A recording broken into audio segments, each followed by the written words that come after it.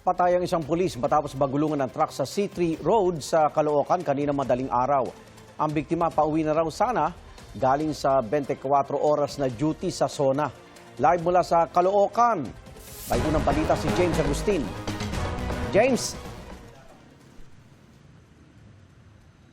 Inimbestigahan ngayon ng Caloocan Police yung nangyaring insidente kaninang madaling araw kung saan nasawi ang isang pulis na pauwi na nga sana matapos siyang maaksidente at nagulungan pa ng truck.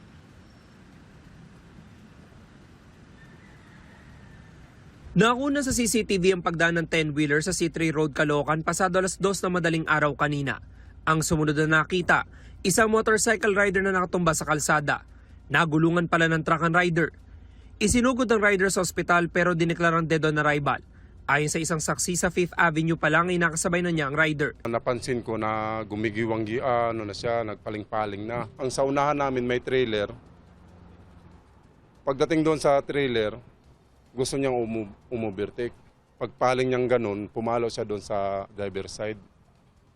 Pagpalo niya sa driver side, kumaskas na siya doon. Pagkaskas, doon na siya natumba sa may gitna.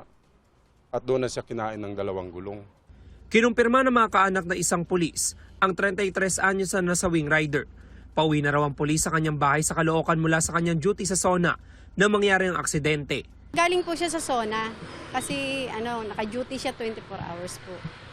Siguro yung pagiwang-gewang na yun, sa sobrang antok niya na, ikaw ba naman mag-duty ng ganong oras tas nakamotor ka, diba? Halos magpo 4 years lang siyang naging pulis eh. Siyempre, napakasakit naman po. Nasa kusodiya ng Caloocan Police ang 37 anyos sa truck driver. Galing daw siyang Pampanga at magde-deliver sana ng mga kargang hollow blocks sa Malabon. Nagulat na lang po ako nung biglang bumangga sa sa truck.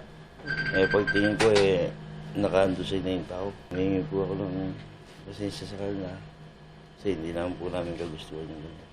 Marapan truck driver sa reklamong reckless imprudence resulting in homicide and damage to property.